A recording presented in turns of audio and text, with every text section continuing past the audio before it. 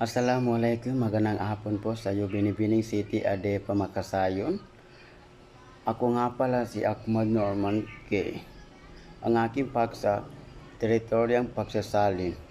Ang teritoryang pagsasalin ay tumutukoy sa mga prinsipyo at pamaraan sa pagsasalin ng teksto mula sa isang wika patungo sa iba pang wika. Layunin nito na maunawahan ang mga konsepto, kultura at konteksto ng pinagmulan teksto upang maiparating ng wasto sa target na wika.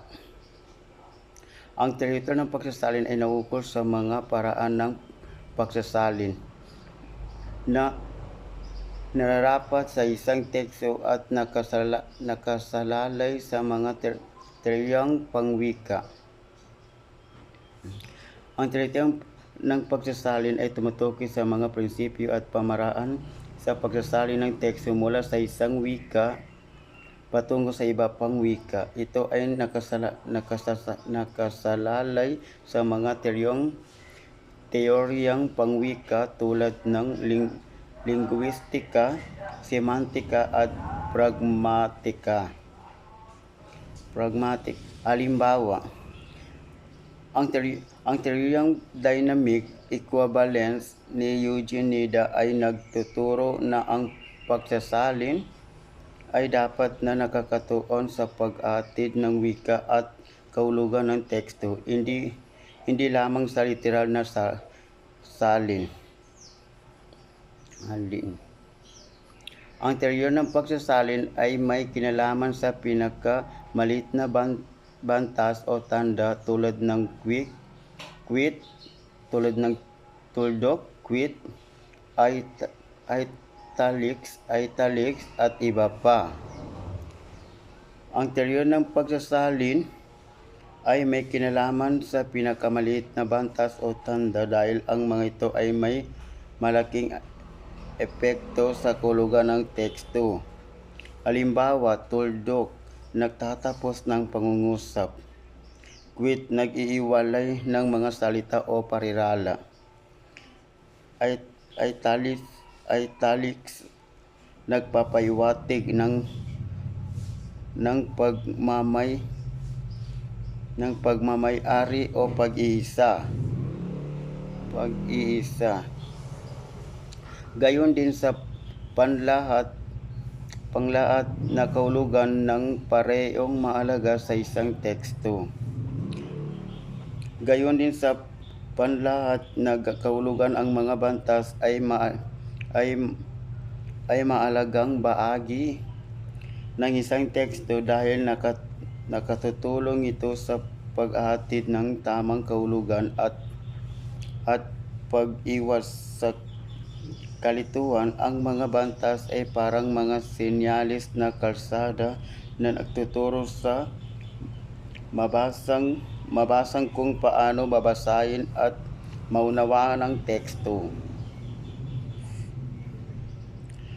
Kaya ang mga bantas ay hindi lamang mga simbolo kundi ang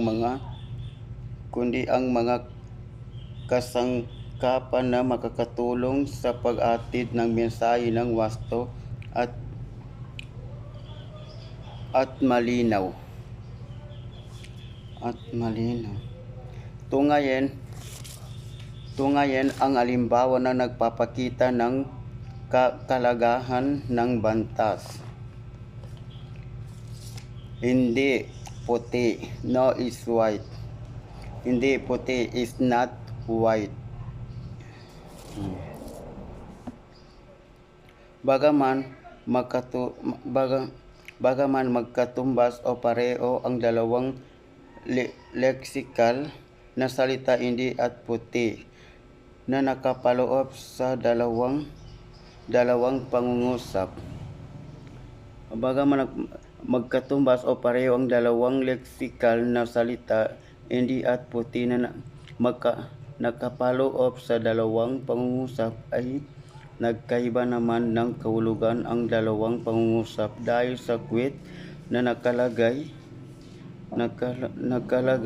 pagkatapos ng hindi. Ang quit ay maiwalay ng mga salita o parirala at sa kasong ito ay nagbabago ng kahulugan ng pangungusap. Hindi, puti. Ang ibig sabihin ay no is white. Tumutukoy sa kulay. Hindi, puti. Ang ibig sabihin ay is not white. Tumutukoy sa pagtanggi sa kulay. Kahit pareho ang mga salita, ang quit ay nagbibigay ng kahulugan. Ay nakita naman ng kahulugan ang dalawang pangungusap dahil sa quit na nakalagay pagkatapos ng hindi.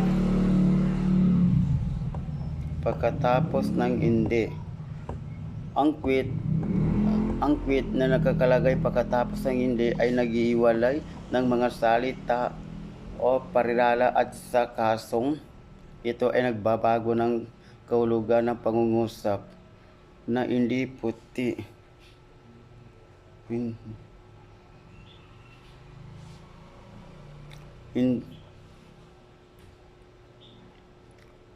Hindi puti. Ang quit ay nagpapahiwatig na ang hindi ay isang independenteng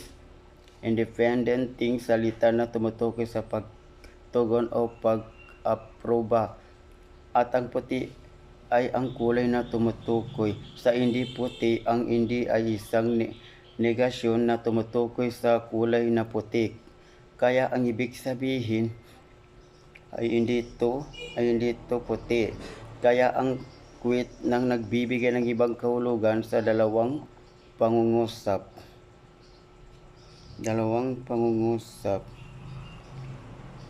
Ang pagwawalang bahala sa isang bantas, intention man o di intention, ay maaaring magdulot ng malaking pagkakamali sa pagsasalin.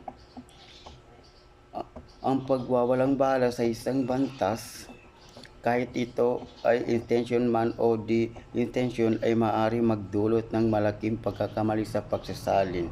Dahil ang mga bantas ay may malaking epekto sa kahulugan ng teksto.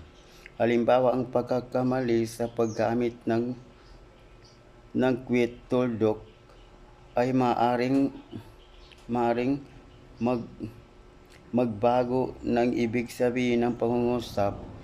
Ang mga bantas ay nag-ihiwalay ng mga salita o parirala at ang mali o kawalan ng mga ito ay maaaring nagdudulot ng kalituhan o pagkakamali sa pag-unawa ng teksto. Kaya mahalaga ang pagbibigay pansin sa mga bantas sa pagsasalin upang maiwasan ang mga pagkakamali at matiyak na ang ibig sabihin ng teksto ay maiparating ng wasto.